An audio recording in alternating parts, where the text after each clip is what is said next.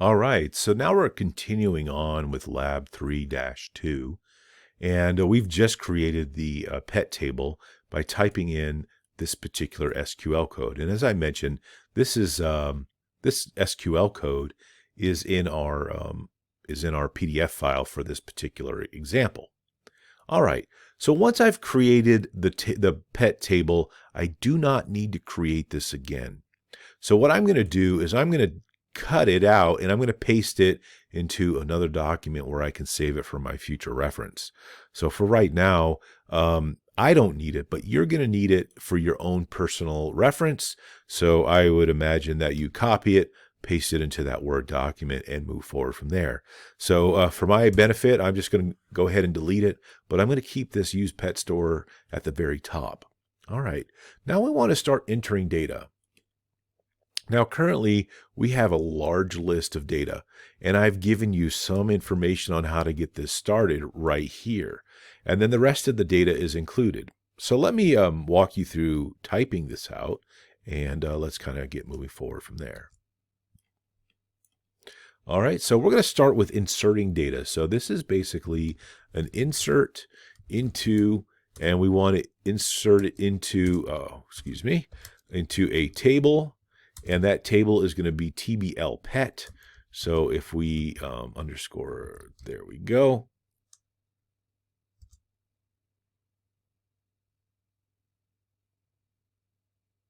All right. And what we're going to do is we have to identify in what table we're going to be submitting into all of the columns that we want our data to be represented in. Now, if we expand out this particular table here and we see all these particular columns, we can list out each of those columns there. So the first one is going to be pet ID. The next one is going to be pet underscore type. Then it'll be pet underscore description. Now, if I misspelled anything originally when I created this, I could have an issue again once we move forward. So the next one is pet underscore price, comma. By the way, after I hit my comma, I can continue on to the next line simply by hitting enter, and that's going to be fine as long as I make sure that, assuming this was all in one straight line, it's been typed properly.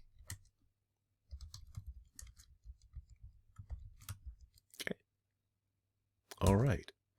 So now after I say that I want to insert these into these fields, here are the values that I want to include. So the first one is going to be a value of 1, and I'm putting these in single quotes. Then it's going to be a Yorkie. Then it is going to be a dog, which is the pet description, and the pet price is going to be $5.50. And then 200, and then the supplier's name is Smith, and the pet store ID is number 2. Okay, and then at the end of that, I will put a closer of the parentheses, a comma, and I can now start with number 2, which is then going to be a poodle, also a dog. 600, and the cost is $220. The again, the vendor or the supplier is Smith, and the store reference once again is 2. Now, if I had wanted to end my input here, I would simply put a semicolon. Now, if I needed to continue putting more data in, I would put comma and continue on the rest of my data. Now, I'm going to leave it to you to go ahead and put the remaining data in. And what I'm going to do is I am going to cheat a little bit, and I am going to paste all of my remaining data sets. So here are what they are. And you can go ahead and basically copy this or type these in from what was given in the assignment, which is all of the data that was inside these tables. All right. So once that information has been put in, now I could have made some errors, but I see a lot of red lines, and sometimes those red lines can be scary. But let's see what happens if I try to run this and execute this. All right, it says 9 rows affected. So that means all 9 of these data values were included inside my, my data table. Now, once I've input the data in, again, I don't need this SQL code. So I'm going to make sure that I keep what was left up above at the top, and I am going to delete this table. Now, I say delete it, I'm going to delete it from the SQL field. But like I said before, go ahead and save it for your reference in the future. You never know when you're going to need this again. Now, just as a quick test, I'm going to do a select statement. And this is not in the assignment. I'm going to do a select star from, and this is going to be from pet, from TBL pet ID, or TBL pet. All right. And let's go ahead and execute this. And what we see here is that all of our data is now in that particular table shows up down below. So we can see that we had put that data in, and we can confirm that it got recorded. All right. So that's a quick and easy way in order to verify that the data has been included in your data set. All right, well, the next thing that we want to do is we want to create our other tables. So one of the things that we need to do, of course, is create our store table and our supplier table. So let's go back over here. I'm going to show you what I'm talking about. And so we need to create this store table and create this supplier table. Now, I've given you already the SQL statements on how to create the pet table. So creating the store table and the supplier table should be relatively the same, with the changes to the field names that are included here. So let me show you what that looks like. So previously, I gave you this particular SQL code, so I hope that you saved it. And what we want to do is create a store table. So simply, the store table is going to be called TBL store. And we're going to have some new values that are going to be in that store. The first thing is, what we're going to do is we're going to call the first one store, and it's going to be called store ID, and that will be an integer. And we're going to also give that a constraint like we did on the other one. All right, and that is going to be a PK underscore store. And that will be a primary key constraint.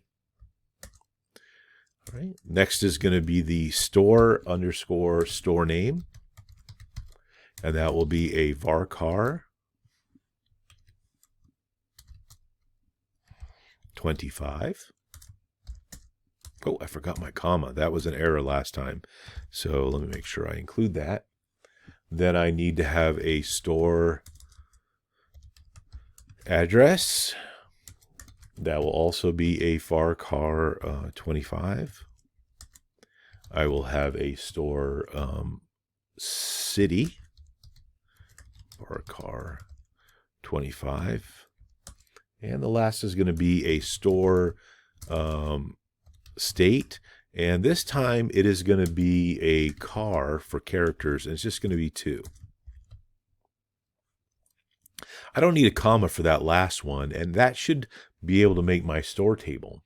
Now also, I'm going to at the same time create a table for the supplier. So I'm going to copy this store table, and I'm going to modify it one more time, and I'm going to call this supplier. Oh.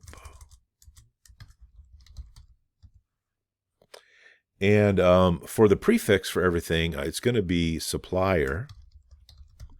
And supplier is going to have a supplier ID. Actually, it'll be a supplier name.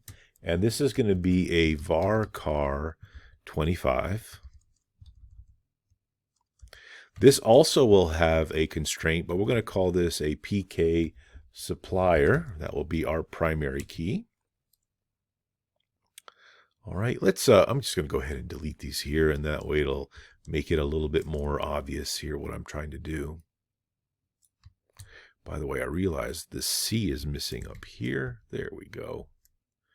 All right, so the next item is going to be a supplier address, and this is going to be a varchar 25. The next one is going to be a supplier city, and this is a varchar 25. And the next one is going to be a supplier state, and like the store, this is going to be a car 2. All right, so assuming that I typed these in correctly, and I'm hoping that I have, I can execute this code and it'll create 2 more tables. Let's see what happens. Sure enough, it has. I'm going to come over here to my directory. I'm going to refresh the directory, and I'm going to expand out my tables, and we should be able to see that now I have 3 different tables. All right, that's perfect. So I'm going to copy and save these particular SQL codes into my my extra file, and I'm going to delete them, and we're going to pick up the rest of the lab in the next video.